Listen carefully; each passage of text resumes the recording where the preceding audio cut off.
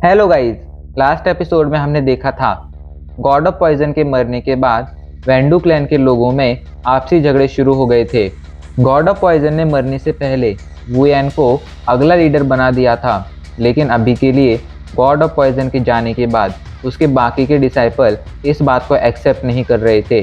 वो अभी के लिए वुएन से लड़कर उसे मारकर खुद वेंडू क्लैन का लीडर बनना चाहते थे।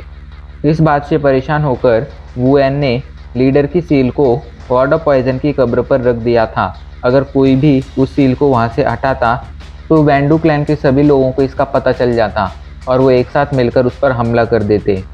एक रात जब वुएन गॉड ऑफ पॉइजन की कब्र के पास बैठा हुआ था, तभी वहां पर कैंगशोंग आता है और वो मौका देखकर उस टोकन को हिला देता है। जैसे ही वो लीडर की सील को हिलाता है, पूरे वेंडू क्लैन में कोहराम मच जाता है। कैंगशोंग तो वहां से मौका देखकर फिसल जाता है, लेकिन वुएन अभी के लिए उसी कमरे में रह गया था। ऐसे में जैसे ही गॉड ऑफ पॉइजन के बाकी के डिसाइपल वहां पर आते हैं, उन्हें लगता है कि वुएन ने ही वो सील चुराने की कोशिश की है और वो सभी एक साथ मिलकर वुएन से फाइट करने लगते हैं। अब आगे पूरा वेंडू क्लैन, जो आज से कुछ दिनों पहले बिल्कुल शांत था, अभी के लिए एक जंग में डूब चुका था। चारों तरफ लोग दिख रहे थे जो बस एक दूसरे को मारना चाहते थे। वेंडू क्लैन में अभी के लिए 4 टीम्स बन चुकी थी, जिनके लीडर्स गॉड ऑफ पॉइजन के चारों डिसाइपल्स थे। पर ऐसा बिल्कुल नहीं था कि गॉड ऑफ पॉइजन के बाकी तीनों डिसाइपल्स सिर्फ वुएन को मारना चाहते थे। वो असल में अपने साथियों को भी मारकर खुद खुद वेंडू क्लैन का लीडर बनना चाहते थे। इसलिए भले ही वो दिखने में साथ दिख रहे हों, पर असल में वो साथ नहीं थे। वहीं इन सभी से दूर हमें कैंगशोंग को दिखाया जाता है, जो हवा में उड़ते हुए लगभग 1 घंटे बाद एक पहाड़ी पर पहुंच जाता है। उस पहाड़ी के पास में एक छोटा सा गांव था। अभी के लिए वो उस पहाड़ी पर अकेला मौजूद नहीं था। उस पहाड़ी पर उसके उतरते ही वहां पर 4 लोग और आ गए थे। ये कोई और नहीं बल्कि यूजी, जाओफैन, घोस्ट किंग और मिस्टर घोस्ट थे। उनके वहां आते ही कैंगशोंग जल्दी से उनके पास जाता है। घोस्ट किंग हंसते हुए कहते हैं, क्या तुमने अपना काम कर दिया? इस पर कैंगशोंग सिर हिलाते हुए कहता है, हाँ बिल्कुल, अभी के लिए पूरा वेंडू क्लैन जंग में डूब चुका है और बहुत जल्द वो लोग आपस में ही एक दूसरे को मारकर ख़त्म हो जाएंगे। बस मुझे चिंता इस बात की है कि वुएन को गॉड ऑफ पॉइजन की काफ़ी सारी स्किल्स आती हैं। ऐसे में उसने गॉड ऑफ पॉइजन की जो लीडर सील है, उसमें अपना एक पॉइजनस इंसेक्ट छिपा कर रखा था। अगर कोई उस सील को हाथ लगाता है तो वो इंसेक्ट तुरंत जाकर उसे डस लेगा और उस इंसेक्ट के डसते ही वो इंसान तुरंत मारा जाएगा। ऐसे में गॉड ऑफ पॉइजन के बाकी तीनों डिसाइपल्स के लिए वुएन को मारना काफ़ी ज़्यादा मुश्किल होने वाला है। खैर, हमें इससे क्या, वुएन अगर अकेला बचता भी है तो फिर उसे मारने में हमें ज़्यादा तकलीफ नहीं होगी। इस पर घोस्ट किंग हंसने लगते हैं। अभी के लिए वो काफ़ी ज़्यादा खुश लग रहे थे। जाओफैन भी दूर से ये सब देख रहा था, लेकिन वो अभी के लिए काफ़ी ज़्यादा शांत था। पता नहीं उसे क्यों आज बहुत ज़्यादा अजीब लग रहा था। उसने आज तक घोस्ट किंग को इतना ज़्यादा हंसते हुए नहीं देखा था। उसे अभी के लिए शक हो रहा था कि ऐसी ज़रूर कोई ना कोई बात है जो घोस्ट किंग ने किसी को नहीं बताई है। खैर, उसे वो बात जाननी भी नहीं थी। अभी के लिए वो तो बस यही सोच रहा था कि आखिर किस तरह वेंडू क्लैन को ख़त्म किया जा सकता है। अभी वो लोग आपस में बातें कर ही रहे थे, तभी अचानक से चारों तरफ आवाज़ें सुनाई देने लगती हैं। इविल बीस्ट गॉड आ गया, इविल बीस्ट गॉड की आर्मी आ गई, बचाओ बचाओ बचाओ। इन आवाज़ों को सुनकर जाओफैन चौंक जाता है, लेकिन अभी के लिए वो समझ गया था कि उनके पास मौजूद जो छोटा सा गांव है, उस छोटे से गांव पर इविल बीस्ट गॉड की आर्मी ने हमला कर दिया है और इविल बीस्ट गॉड की आर्मी एक एक कर कर गाँव के लोगों को मारती जा रही है। वो सभी लोग अब वहाँ से उड़ते हुए उस गांव के ऊपर आ जाते हैं। ऊपर से वो गांव में चल रहे नज़ारे को देखने लगते हैं। गांव में अभी के लिए भगदड़ मची हुई थी। चारों तरफ लोग दिखाई पड़ रहे थे जो अपनी जान बचाने के लिए इधर उधर भाग रहे थे। उन गांव वालों के पीछे अभी के लिए अजीब से मॉन्स्टर लगे हुए थे जो लगातार उनका पीछा कर रहे थे। इन मॉन्स्टर की बॉडी बहुत ज़्यादा बड़ी थी। इनके ऊपर अजीब अजीब से दाग धब्बे थे। इनके हाथ नहीं थे, इनके हाथ की जगह लंबे लंबे से शार्प ब्लेड्स थे। इनकी आंखें अजीब सी थीं। पैरों की जगह पर इनके पंजे थे। अपने खतरनाक ब्लेड से वो लोग लगातार लोगों को मारते जा रहे थे और कुछ मॉन्स्टर ने तो लोगों को खाना भी शुरू कर दिया था। अभी के लिए गांव के कुछ पावरफुल लोग आकर इन मॉन्स्टर का सामना करने की कोशिश कर रहे थे, लेकिन वो चाहकर भी इन डेमनिक बीस्ट का सामना नहीं कर पा रहे थे। उल्टा उनके हमलों से लगातार गांव के लोग मरते जा रहे थे। वहीं ऊपर से घोस्ट किंग, साओफैन, कैंगशोंग, यूजी, मिस्टर घोस्ट ये सभी इस नज़ारे को देख रहे थे, लेकिन उनमें से कोई भी नीचे लोगों को बचाने के लिए नहीं आता है, जैसे कि उन लोगों को इन बातों से कोई फ़र्क ही ना पड़ता हो। पिछले कुछ सालों में जाओफैन काफ़ी ज़्यादा बदल चुका था। पहले वो एक ऐसा इंसान था जो कभी किसी को मुसीबत में नहीं देख सकता था। वो हरदम लोगों की मदद करने के बारे में सोचता था, पर अब जब से उसने बियाओ को खोया था तब से वो पत्थर दिल बन चुका था। उसे अब फ़र्क ही नहीं पड़ता था कि उसके आसपास क्या चल रहा है, इसलिए इतना ये सब देखने के बाद भी वो अभी के लिए शांत था। डेमनिक बीस्टों के हमलों से उस गांव के बहुत से लोग मारे गए थे, पर जो लोग बच गए थे वो लोग जल्दी से जाकर उस गांव का दरवाज़ा बंद कर देते हैं। अभी के लिए उन लोगों ने गांव का एंट्रेंस गेट बंद कर दिया था, जिस वजह से कोई भी मॉन्स्टर अभी के लिए गांव के अंदर एंटर नहीं कर सकता था।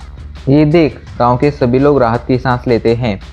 हवा में मौजूद पांचों लोग ये सब देखकर चौंक गए थे, लेकिन तभी अचानक से उन पांचों को कुछ फील होता है। घोस्ट किंग कहते हैं, वक्त आ गया है, अब हमें हमारा प्लान एक्टिवेट कर देना चाहिए। उनके ऐसा कहते ही यूजी, राओफैन, यांगशोंग, मिस्टर घोस्ट ये चारों वहाँ से चले जाते हैं। अभी के लिए हवा में सिर्फ घोस्ट किंग रह गए थे, जो नीचे मौजूद नज़ारे को देख रहे थे। अभी के लिए वो नीचे मौजूद नज़ारे को देख ही रहे थे, तभी अचानक चारों तरफ एक पावरफुल डेमनिक ऑरा फैल जाता है और सबके सामने एक बड़ा सा टाइगर आता है, जिसकी बॉडी पहाड़ जितनी बड़ी थी। उसकी बॉडी से खतरनाक ऑरा निकल रहा था। वो टाइगर इतना बड़ा था कि उसके सामने गांव के लोग चींटी के बराबर लग रहे थे। यहाँ तक कि वो मॉन्स्टर जो काफ़ी बड़े थे वो भी उसके सामने बहुत ही छोटे लग रहे थे। उस टाइगर को देखकर घोस्ट किंग के चेहरे पर भी अभी थोड़ा डर दिखने लगता है। इधर जाओफैन जो दूर से ये सब देख रहा था, वो अचानक से उस टाइगर को देखकर चौंक कर कहता है, ये तो चूवू है, ये तो चूवू है। चूवू एक पुराना मैजिकल बीस्ट था जो इतना ज़्यादा पावरफुल हुआ करता था कि वो अपने हमलों से पहाड़ों को तक तोड़ दिया करता था। जाओपैन अकेला नहीं था जिसने चूवू को पहचान लिया था, घोस्ट किंग ने भी चूवू को पहचान लिया था। इधर चूवू जल्दी से उस गांव के एंट्रेंस गेट को एक पंजा मारता है। उसका पंजा लगती ही गांव का वो बड़ा सा एंट्रेंस गेट, जिसने बड़े बड़े मॉन्स्टर्स को रोक लिया था, उसका पंजा लगते ही ज़मीन पर टूटकर बिखर जाता है। जैसे ही वो गेट बिखरता है, अचानक से वो मॉन्स्टर जो अभी के लिए गांव के बाहर थे, वो तेज़ी से भागते हुए उस गांव के अंदर एंटर करने लगते हैं और जाकर लोगों को मारने लगते हैं। घोस्ट किंग ध्यान से अभी के लिए चूवू को देख रहे थे। चूवू की बॉडी पर किंग लिखा हुआ था। इसका मतलब ये था कि ये चूवू असल में बीस्ट गॉड नहीं था, बीस्ट गॉड कोई और ही है। बहुत सारे मॉन्स्टर अभी के लिए उस गांव में चले गए थे, लेकिन अजीब सी बात यह है कि चूवू जिसने उस गांव का एंट्रेंस गेट तोड़ा था, वो तो गांव के अंदर गया ही नहीं था। वो तो अभी के लिए अपनी जगह पर ही खड़ा हुआ था। तभी अचानक से वो अपनी नज़रें आसमान की तरफ करता है। जैसे ही वो अपनी नज़रें आसमान की तरफ करता है, उसे घोस्ट किंग दिखाई पड़ते हैं और वो ज़ोरदार तरीके से दहाड़ता है। तभी अचानक से उसके सामने कैंगशोंग प्रकट हो जाता है और वो अपनी तलवार से एक ज़ोरदार हमला चूवू पर कर देता है। वो हमला सीधा जाकर चूवू की छाती से टकराता है। कैंगशोंग का हमला जैसे ही जाकर चूवू को लगता है, चूवू के चेस्ट पर एक बड़ा सा घाव हो जाता है और उस घाव से चूवू ज़ोरदार तरीके से दहाड़ने लगता है। उसकी बॉडी अभी के लिए हवा में उड़कर पीछे जा रही थी, क्योंकि कैंगशोंग ने जो हमला किया था वो कोई नॉर्मल हमला नहीं था। उसमें उसने अपनी लगभग सारी पावर लगा दी थी। कैंगशोंग भले ही लोगों को पावरफुल नहीं दिखता था, पर असल में वो बहुत ज़्यादा पावरफुल था। यहाँ तक कि इस पूरी दुनिया में जो लोग उसे हरा सकते थे, उन्हें हम आसानी से अपनी एक हाथ की उंगलियों पर गिन सकते हैं। ऐसे में उसकी पावर अच्छी तरह से समझी जा सकती थी। लेकिन चूवू भी कुछ कम पावरफुल नहीं था। आखिरकार वो इविल बीस्ट गॉड के अंडर काम करता था। वो एविल बीस्ट गॉड के 13 राजाओं में से एक था। ऐसे में वो कम पावरफुल कैसे हो सकता था, कमज़ोर कैसे हो सकता था। इतना बड़ा घाव लगने के बाद भी वो उस घाव पर बिल्कुल भी ध्यान नहीं देता है। वो उल्टा ज़ोरदार तरीके से दहाड़ता है और गुस्से से कैंगशोंग को घूरने लगता है। ये देख कैंगशोंग की पूरी बॉडी में सिरन दौड़ जाती है, लेकिन इससे पहले कि वो कुछ कर पाता, चूवू उस पर तुरंत अपने पंजे से हमला कर देता है। ये देख कैंगशोंग वहाँ से भागने लगता है तो चूवू उसका पीछा करने लगता है। कैंगशोंग अभी के लिए तेजी से भाग रहा था और चूवू तेजी से उसका पीछा कर रहा था। कैंगशोंग को भागते भागते अब 1 घंटा हो गया था। पिछले 1 घंटे में उसने सैकड़ों किलोमीटर का सफ़र तय कर लिया था और चूवू अभी भी उसके पीछे लगा हुआ था। और पता नहीं क्यों घायल होने के बाद चूवू पहले से भी ज़्यादा खतरनाक हो गया था। वो कैंगशोंग को मारने का हर मौका ढूंढ रहा था। उसने कई बार कैंगशोंग पर हमला कर दिया था। वो तो अगर कैंगशोंग के पास अपनी पावरफुल स्किल्स नहीं होती तो न जाने वो कब का मारा गया होता। कैंगशोंग भागते हुए एक जंगल में घुस जाता है तो उसके पीछे पीछे चूवू भी उस जंगल में घुस जाता है और कैंगशोंग पर हमला करने लगता है। लेकिन तभी अचानक से कैंगशोंग वहाँ से गायब हो जाता है और हवा में अचानक से मिस्टर घोस्ट दिखाई पड़ने लगते हैं। मिस्टर घोस्ट अभी के लिए एक मंत्र पढ़ रहे थे, तभी उनकी बॉडी से पावरफुल स्पिरिचुअल एनर्जी निकलने लगती है जो सीधा जाकर चूवू से टकराती है और चूवू पर एक पावरफुल प्रेशर डालने लगती है। ये स्किल असल में एक शामन स्किल थी। असल बात ये थी कि मिस्टर घोस्ट को भी कुछ शामन स्किल्स आती थी। ऐसे में वो आसानी से इस चूवू का सामना कर सकते थे। मिस्टर घोस्ट को अपने ऊपर इस तरह हमला करता देख चूवू गुस्से में दहाड़ने लगता है। वो अपनी सारी पावर को अपनी बॉडी से बाहर निकालता है और मिस्टर घोस्ट पर हमला कर देता है। उसने अभी के लिए 3 अलग अलग स्केलेटन से मिस्टर घोस्ट पर हमला किया था। वो तीनों स्केलेटन तेज़ी से मिस्टर घोस्ट की तरफ बढ़ रहे थे। जब मिस्टर घोस्ट ये देखते हैं तो उनके चेहरे पर परेशानी दिखाई पड़ने लगती है, लेकिन वो मंत्र का जप करना बंद नहीं करते हैं। तीनों स्केलेटन तेज़ी से मिस्टर घोस्ट की तरफ बढ़ रहे थे, लेकिन इसके बावजूद उन्होंने मंत्र पढ़ना बंद नहीं किया था। इस बात से अभी के लिए चूवू को बहुत ज़्यादा गुस्सा आ रहा था, पर वो खुश भी था कि अब बहुत जल्द मिस्टर घोस्ट मारे जाने वाला है।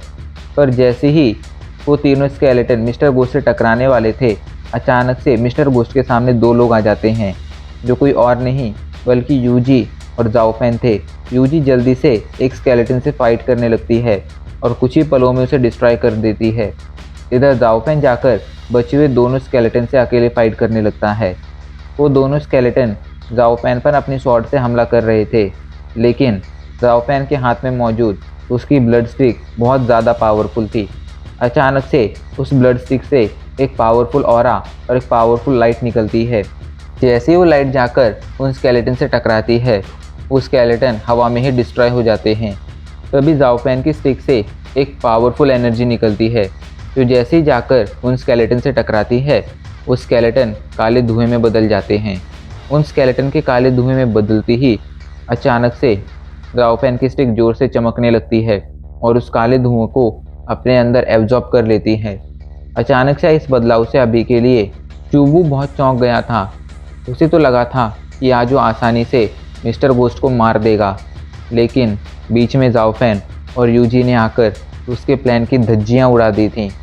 वो अभी के लिए मिस्टर घोस्ट को रोकना चाहता था, क्योंकि मिस्टर घोस्ट की शामन स्किल उस पर एक अजीब सा प्रेशर डाल रही थी, जिस प्रेशर से वो चाहकर भी नहीं बच पा रहा था और अब उसे अपनी बॉडी के अंदर बहुत ही ज़्यादा दर्द भी फील होने लगा था।